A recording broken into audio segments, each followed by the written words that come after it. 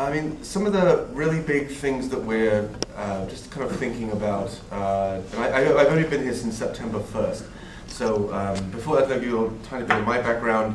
I started in New York in 1995 when I moved to the United States. I started working at the New York Philharmonic, and after that I went to the Chamber Music Society of Lincoln Center, and then I was the general manager of the Brooklyn Philharmonic for a couple of years, and then I ran Orpheus Chamber Orchestra for 8 years.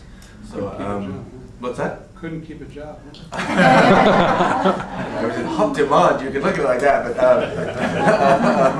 but and I started here on September 1. So one of the biggest things we're thinking about and starting to kind of really action is making certain that QXR is really perceived and recognized as a leading cultural organization here in New York. I mean, New York is, without doubt, and I'll say this on record, the leading classical music center in the United States. I mean, the leading concert halls, the best acoustics are all here in this city. And with great respect to our colleagues around the country, but I really think New York is where it's at, and we've got the best ensembles, best visiting orchestras coming to Carnegie Hall and Lincoln Center. And WQXR's role in sharing that artistry with the widest audience possible, both here in New York, but also hopefully wider around the country as well, is a role and responsibility that I think QXR really, it already owns it, and I think this needs to continue pushing forward with that as well. So the kind of the ways that we could actually see that happen is kind of increased involvement in the artists that visit New York to make music, and having them come into the studio and share their artistry with us live, either in brief conversation, but really playing and chatting about recordings and performances they have coming up. Continuing our work with live broadcasts as well, which I think is absolutely key.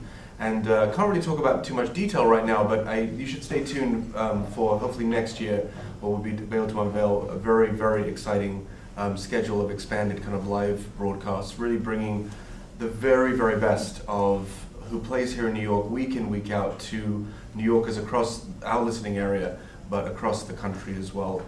And thinking constantly of using the green space downstairs as an extraordinary resource for ensembles to perform, for us to share that artistry again over the air or online, on the web as well. So New York will just continue to make certain that people think about QXR as a leading cultural resource, a leading cultural amplifier for the very, very best classical music that happens here in the city.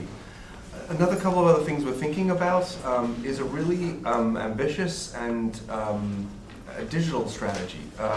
Many people today enjoy listening to radio on the computer, on internet radios.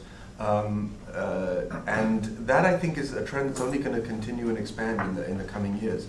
And I think QXR has a role and responsibility, just like WNYC has done, and we have a little bit of catching up to do with our sister station, to get right in front of and ahead of, I think, ultimately, where the trends are and where people want to enjoy classical music. Again, if we think about New York as our kind of using our position in New York, that if we can bring to a global audience, because the internet has no geographic boundary. If some might be frustrated about signal strength, etc., around the tri-state, you could listen. You can tune into WQXR.org anywhere you have an internet connection. So that we see that with kind of global coverage. And I think thinking about how we can continue to bring the very best of QXR and bring the very, very best of New York, actually, out to a wider audience digitally, that can be through just expanding the number of streams we have, that could be expanding the awareness of WQXR and Q2, our exclusive internet stream of 500 years of new music. Also podcast content, apps, iPad, iPhone apps, Android apps, etc.